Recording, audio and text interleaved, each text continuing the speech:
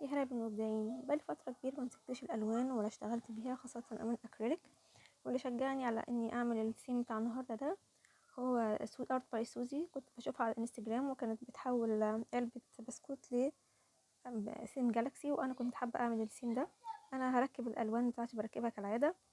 هاخد البيز الأبيض وهستخدم الموف والأحمر والأسود ودرجة لبني ودرجة كمان ازرق لؤلؤ. انا كنت مركباها قبل كده، استخدمت كل الالوان، ما استخدمتش تركيز عالي من اللون. انا عايزه يبقى الوان كلها هاديه جدا، مش عايزاها فاقعه.